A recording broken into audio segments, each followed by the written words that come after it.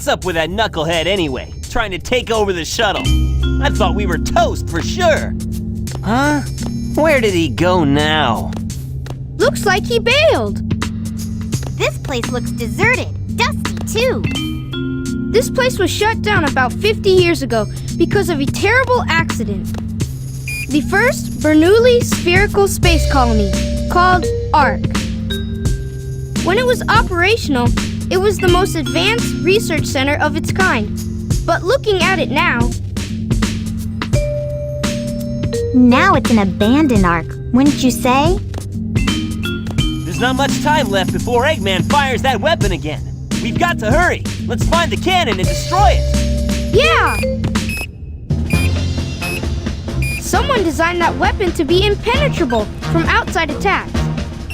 Its defense shields are super strong, so we have to find a way to destroy it from inside. Isn't that a Chaos Emerald?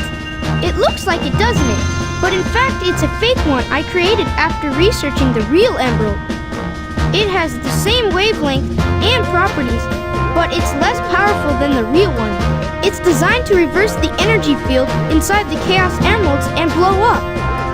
It looks so real, even a machine can't tell the difference. I'll find the power supply and destroy it. Sonic, you find the control room, okay? So the plan is, we'll switch the Chaos Emeralds when the machine is stopped, right? I hate you! You guys always leave me behind and have all the fun! By the way, a little bit of an interesting science thing regarding one of the things that Tails said earlier about this whole Bernoulli spherical space colony called ARC. Yeah, that isn't just a random throwaway reference, it's actually a reference to the Bernoulli principle, which is by Swiss physicist Daniel Bernoulli, obviously, which is basically expressing about how, and again, this is to do with hydrodynamics, about how, again, pressure decreases when the flow of speed increases in water-like temperatures, so, yeah.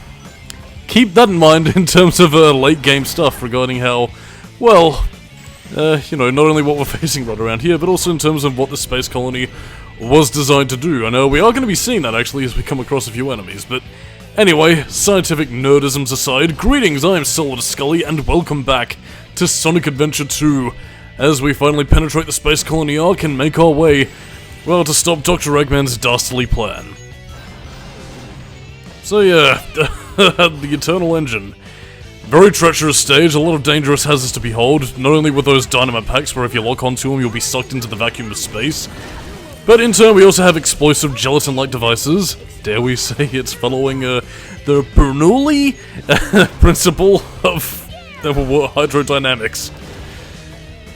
Yeah, I think you know what I'm going to be naming this part, but yeah, in any case though, yeah. A lot of dangerous things to behold, and again, it is worth locking onto those dynamite packs somewhat, provided you don't get yourself sucked out into the vacuum of space, but yeah, it's, you know, added to your score threshold, and, you know, you get some extra sauce to hang on to, so, pick your poison, I suppose, but you can access a few alternate routes if you do leave a few places intact, although, then again, that does take a little bit of doing, so, keep on your guard.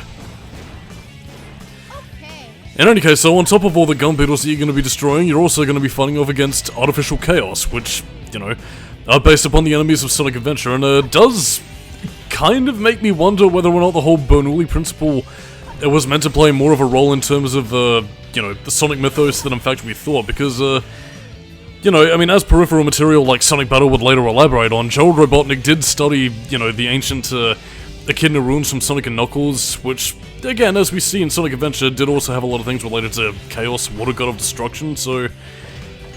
Again, we also have things like Chaos Drives, you know, the energy source that is also powering this colony that, you know, is still a pretty good operation despite being over 50 years old, so... I don't know, was the whole idea was that Gerald Robotnik was able to generate some sort of kinetic energy out of the Bernoulli principle? I don't know, I mean... hydrodynamics, well, it's quite curious, actually. I'm not really too sure what the, you know, what the real-world applications of it is, apart from, you know, hydroelectric plants used to generate energy. I'm not really too sure how efficient they are in terms of powering at least a local, populated area, but, I mean, I suppose it would make sense being, you know, the whole nature versus technology thing that some of the other Sonic games play with, but, yeah, I mean, if you have creatures like Chaos just sort of bouncing around and, you know, being used to perpetually give an eco-friendly energy source, then, oh damn. Yeah, well, I'm not really here to get into a whole big hubbub about climate change, because God knowing, it's gonna be an ongoing discussion until, I don't know, either we choke ourselves to death on toxic fumes, or, well, people get to work and find a more efficient and plentiful energy source and work out all the financial legalese and business factors that, you know, halt human progress and having all of us hold hands and sing Kumbaya. Anyway, I'm getting far off topic and talking about things apart from Sonic, so what you want to be talking about is the gameplay of shooting down gum beetles and taking everything down. The only real salient point I have to bring up in terms of the Eternal Engine is that it's very easy to get pipped. Porterat demonstratum, so, yeah. While you might be tempted to lock onto a lot of targets, my best recommendation here is to just sort of take it a little bit at a time. Don't try and go for the big score thresholds, just try and knock out ones where you can and try and get the big points where it's safe enough to do so. Because, I mean, you are going to have gun beetles, you know, flowing every which way and sideways, trying to pip you with, you know, their bullets or whatever. Explosive residue can be a bit of a pain in the ass if you're not careful with it, so, again, let alone the fact that the gun beetles are also dropping explosives, you know, you have to watch out for your own explosions, you know, triggered by the, you know, the batteries that are flowing to and fro from the colony itself, so, yeah, it's generally a very treacherous stage, and, yeah, luckily we have the Vulcan cannon, they're gonna be used to penetrate steel crates, not that it really helps us in a pinch, but again, as I mentioned in the review, this is the sort of stage where I feel as if, you know, a side flip thruster jump similar to what Show and Tillis had in Burning Ranges would have been much more effective. Because at the very least in that sense, you could have had, you know, Tails to sort of shunt off to the side or, you know, have an effective, you know, sideswipe dodge so that, you know, you can easily get to and fro away from enemies and sort of keep your lock-on combo. And I mean, plus it also would have looked really sick by making, you know, Tails' mech feel very slick and silky in terms of its overall, you know, control and feel. Ooh, god, that was treacherous, but, yeah. With some of the artificial chaos, you have to kind of bait them out of their little protective state. Sometimes they'll pretty much stay huddled in their, you know, little aqua prison, but, yeah, then they'll eventually pop out to try and launch their tendrils at you or fire a laser beam. In which case, you gotta be a bit quick, because otherwise they'll either pip you or you'll pip them. Quick or the dead. Whee! Flying in space. And now we're falling. Falling! Well, not really falling, because we're within some sort of gravitonic field. Curious. Yeah, I don't know if the implication is meant to be that there's some sort of atmospheric shell on the space colony arc, or if, you know, the Sonic characters can just naturally breathe in space, because they could do this in Sonic and Knuckles as well. You know, with the whole Death Egg kind of thing, so... yeah, who knows, really. In any case, though, down we go, this little James Bond death bit. Oh wait, was it James Bond or was it Mission Impossible with the whole laser theme? Yeah, I agree, Tails. My power is failing too, to do the commentary. Except no, because we're near the end of the level where it's the easiest to rack up your score threshold, so try and get it up to, you know, your max point threshold of 11 or 12, and you should be okay. I did it! Well done, Tails, my boy. You've grown, my son. What happened to the little fox boy who could do nothing, say nothing, and be nothing? But yeah, I mean, if you're not attentive to getting a lot of the, you know, the points for, you know, maxing out your lock-on targets, you will be getting a D rank.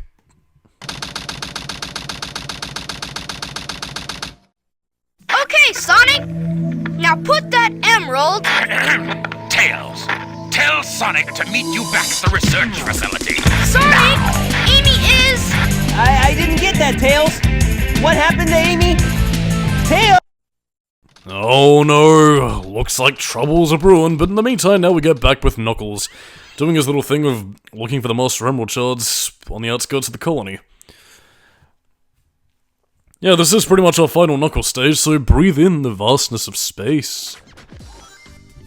Yeah, pretty cool musical theme. There is actually a few surprises here to find, including a hidden item where if you play around with punching some of the meteors, opening a few doors, unlocking a few switches, you can actually open that little pylon.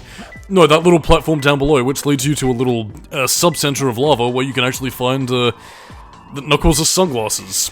Basically, they're little X-ray sunglasses that let you find hidden power-ups, hidden goodies, and you know, it can generally just, you know, tip the balance of the score in your favor.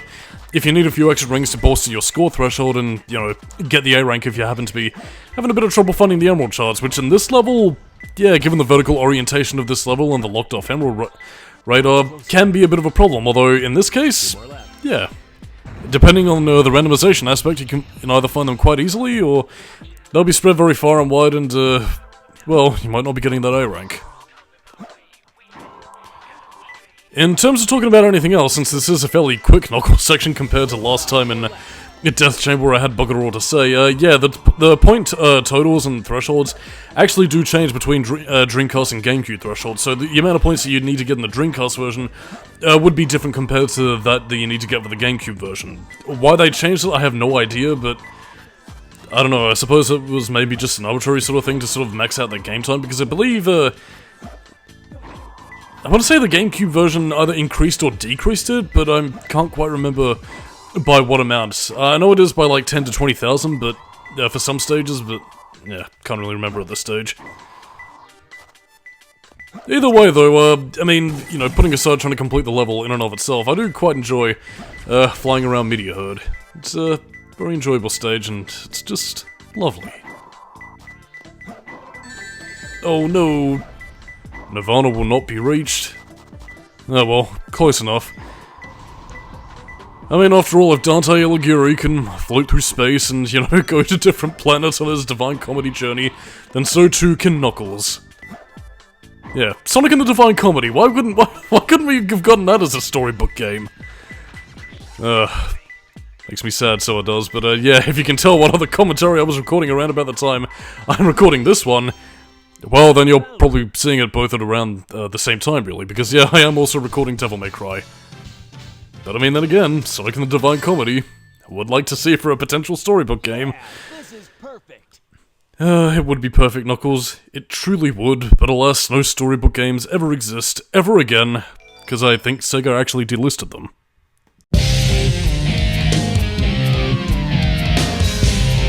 Long time no see, treasure hunter. Did you find my That's emerald? a good one. Your emerald. Talking to you is a waste of time. Very well. If that's how you want to play, I will take it from you. Oh, why do lovers have to fight? Why can't you make up and, I don't know, fulfill all the fan fiction-y love that we have for you? But yeah, to kind of talk about the Knuckles and Rouge boss battle, yeah, there is pretty much the basic sort of, you know, run around and just sort of bash into them, but it does end up getting a little bit more dicey the more you hit your opponent. Again, hit Rouge a couple of times, she'll start having a few more attacks. For example, the sort of drill dive that you can perform on her, she will do the same to you, and if you let her collect enough rings, well then Rouge herself will eventually get a bit of a super attack that she can use to inflict on you. Oh no, by the way, that little pit down there, that's where you get the, you know, Knuckles' sunglasses, and I believe also Rouge's own power-up with the one of her spyglasses, which is like this little hollow monocle thing that looks more like a Dragon Ball Power Scouter kind of thing.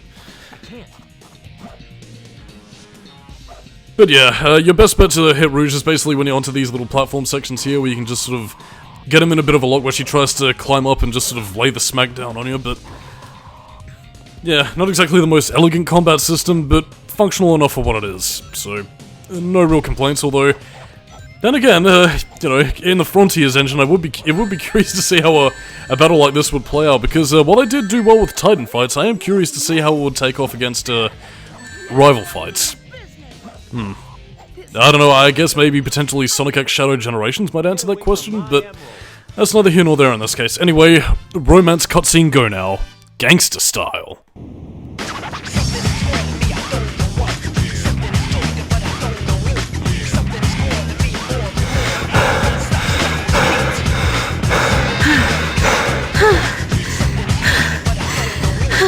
Stop fooling around and give me back my emerald. What are you babbling about? Call yourself a hunter attacking a lady? Shame on you! What kind of lady goes around stealing gems anyway? Those belong to me! Ah! Ah!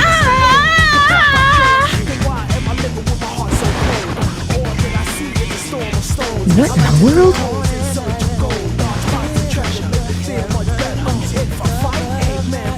Keep your hands to yourself! Don't touch me. Is that how you say thanks to someone who just saved your life? Saving my life. Don't think I owe you one. You just wanted to hold my hand, didn't you? That's why you saved me. You're such a creep. This isn't a joke, you know. Think what you want, Batgirl. I was saving the Master Emerald. No matter what you say, it sounds crazy. What? Fine, then just take them. They stink like echidnas do. If that's what you thought, you should have given me them in the first place.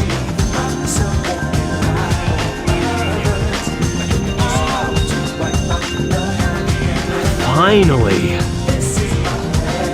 What? I'm sorry if I hurt you.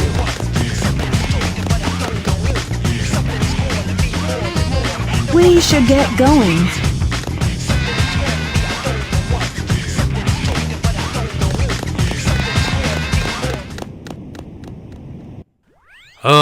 Forbidden love. And by the way, I will talk more about that cutscene as we see the other side of it with Rouge, but in the meantime though, well, we have a bit of an annoying stage on our hands. Crazy bastard.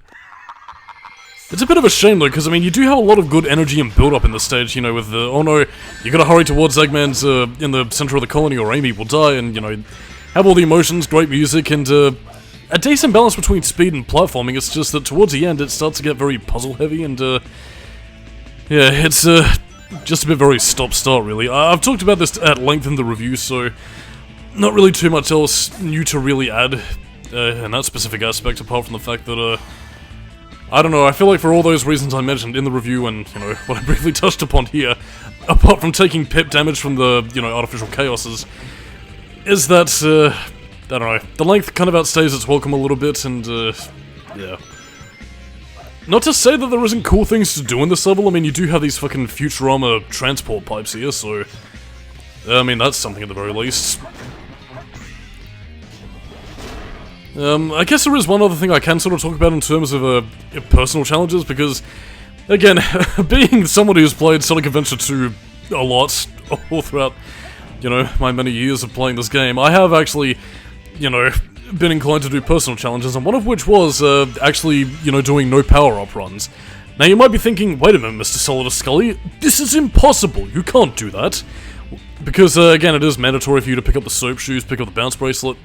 But believe it or not, if you, you know how to use a little spin dash here, or, you know how to utilize a bit of level terrain there, you can actually bypass certain areas without getting the power-ups and, you know, try and do a very vanilla run of Sonic, and, it is technically possible to do it with this level, but I've never been able to do it.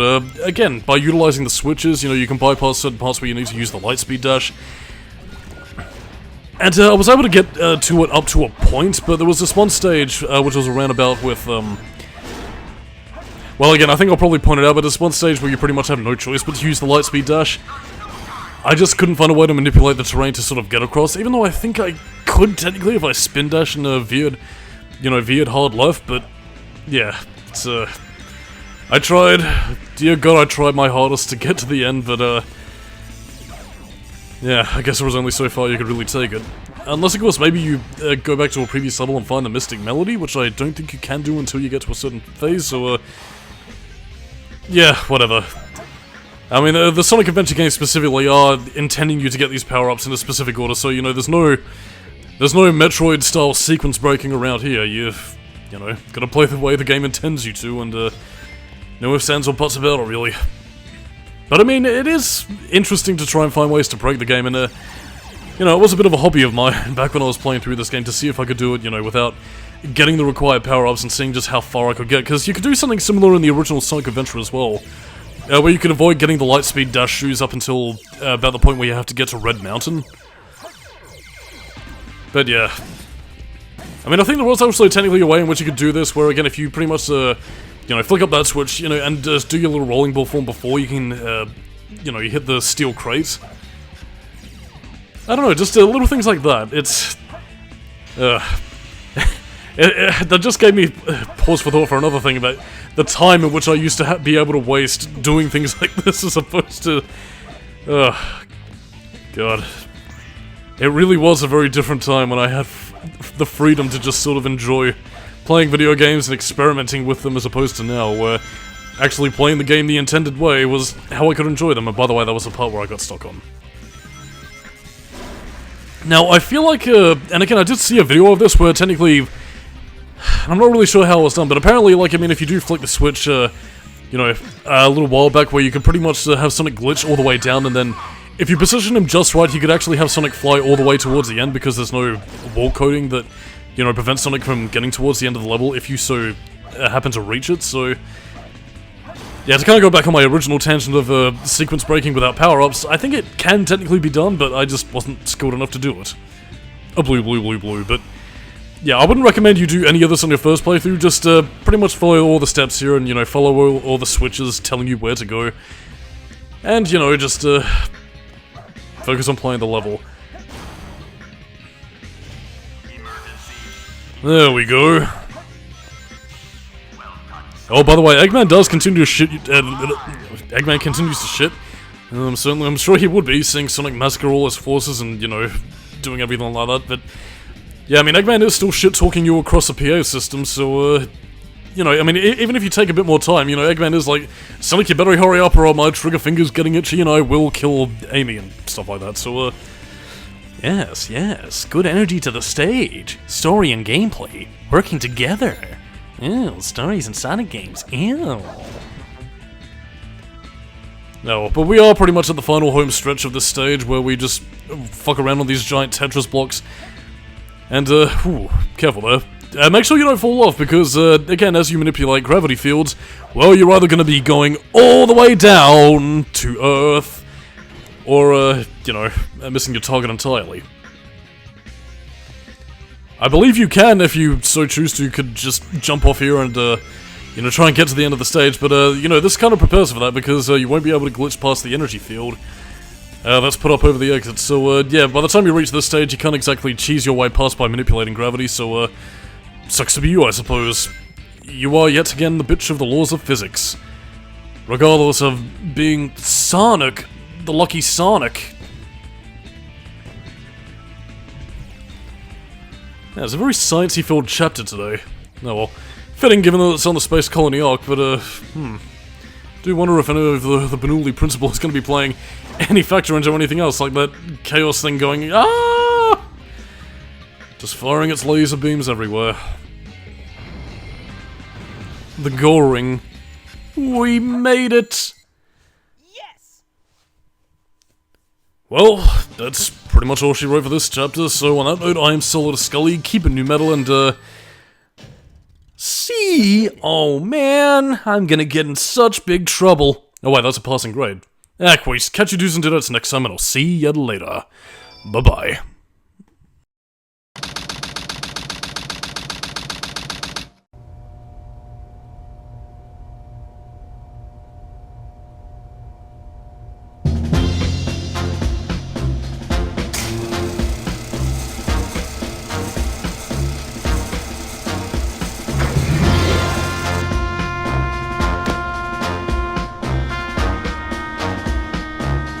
Let's take care of business first, shall we, Sonic?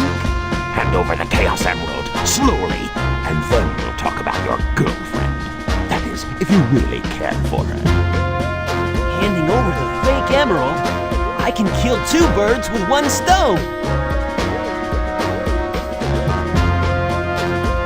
Put the emerald down right there and back off.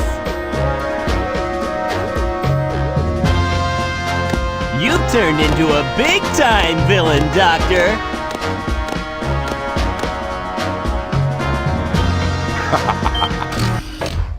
Whoa! You thought you could trick me with that fake emerald, didn't you? So, how did you know it wasn't the real one? Tails! Because you just told me, Fox Boy. Now, for a little space ride. The capsule clears the colony back. I'm counting on you, Tails. Amy, take care of yourself.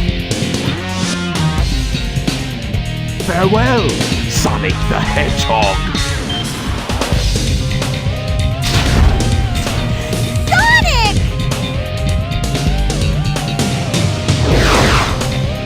It has the same wavelength but it's less powerful than the real one. The same wavelength and properties. But can I do this?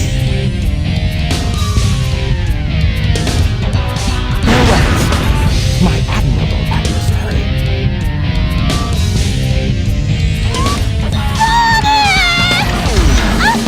Now we have some unfinished business to take care of. If you give me the real emerald, I will release you both. You have my promise. Sonic! Huh? Sonic's asked me for the first time to do something for him. I won't let him down. I won't